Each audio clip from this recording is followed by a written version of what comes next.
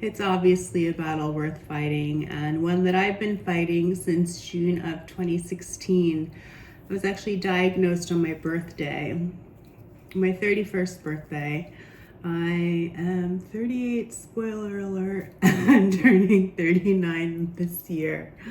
I don't really tell you guys how old I am ever, but there we go.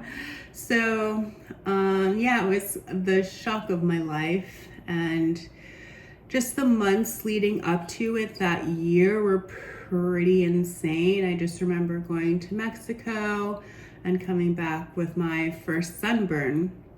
I don't really sunburn ever, so I was a little bit surprised. Of course, now I'm like full on sunscreen and the whole bit, but at the time I was like, oh, brown people don't sunburn, but we sure can. And came back with the sunburn, but just kind of ignored it.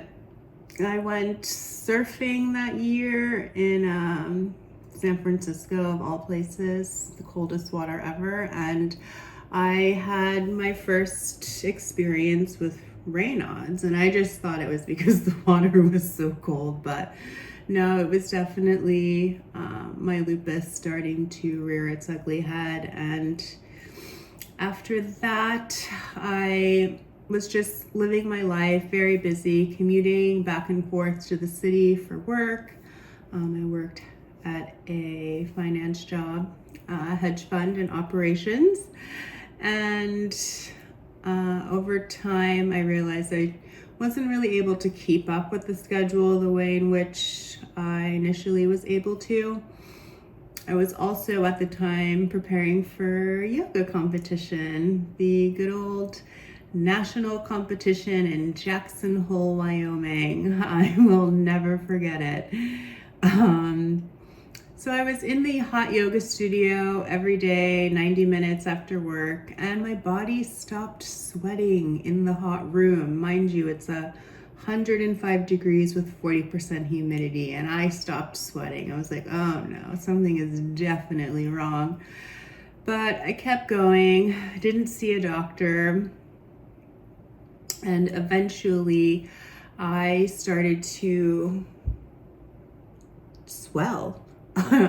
My edema was kicking in, and at the time I didn't really understand what it was. I just thought that I had chipmunk cheeks from the flu or something like that, because I did have a bit of a cough and a slight fever.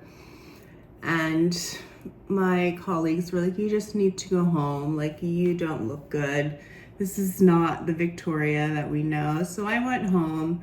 I didn't practice for a little bit, and then I just took some time off to rest and recover. But I was actually sleeping about 20 hours a day and functioning for 4, which is very much not conducive for anything. But I finally decided that, I was able to go back to work, go back to the studio. And so I did all of those things, and I was fine for a while. And then everything kind of kicked back in again. And so I started to get concerned when I noticed that my hair was falling out in clumps, like literal clumps. And I was starting to get bald spots for the first time, and I was mortified. My hair was thinning in every place possible, and I honestly had no idea what to do. Hair, it is and it isn't, but it is kind of important to some people, and now not as much. And I kind of love my short afro thing going on here, but at the time it was very concerning and just kind of embarrassing. Didn't really know what to do about it. And then my fever came back, my cheeks came back, my whole body was starting to swell.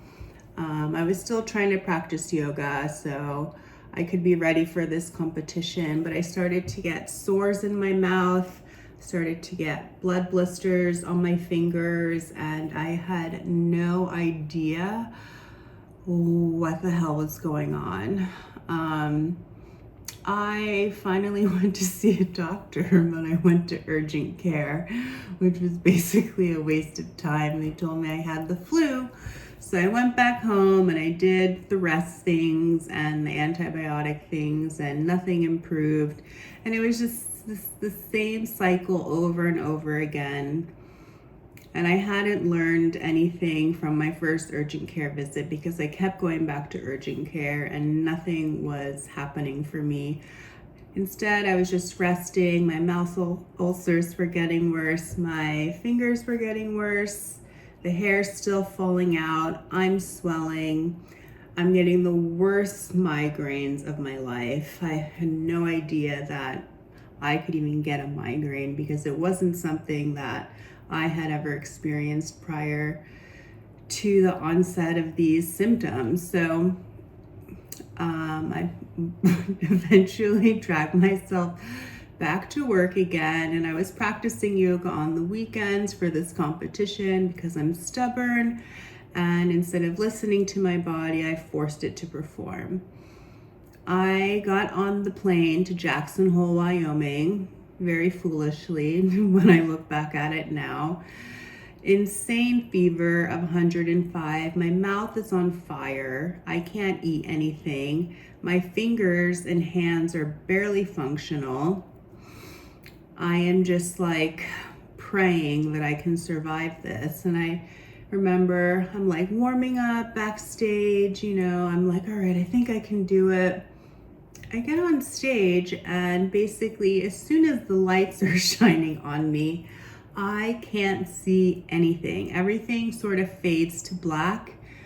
With lupus, you can have problems with sensitivity to light, which I hadn't experienced yet, and this was the first time I'm experiencing it. So I'm on the stage and I basically collapse. And then I tried to compete the second day because somehow I managed to qualify for the second day. And it was the same thing all over again. I got on the next flight back home because I was just broken, devastated, and sick beyond belief.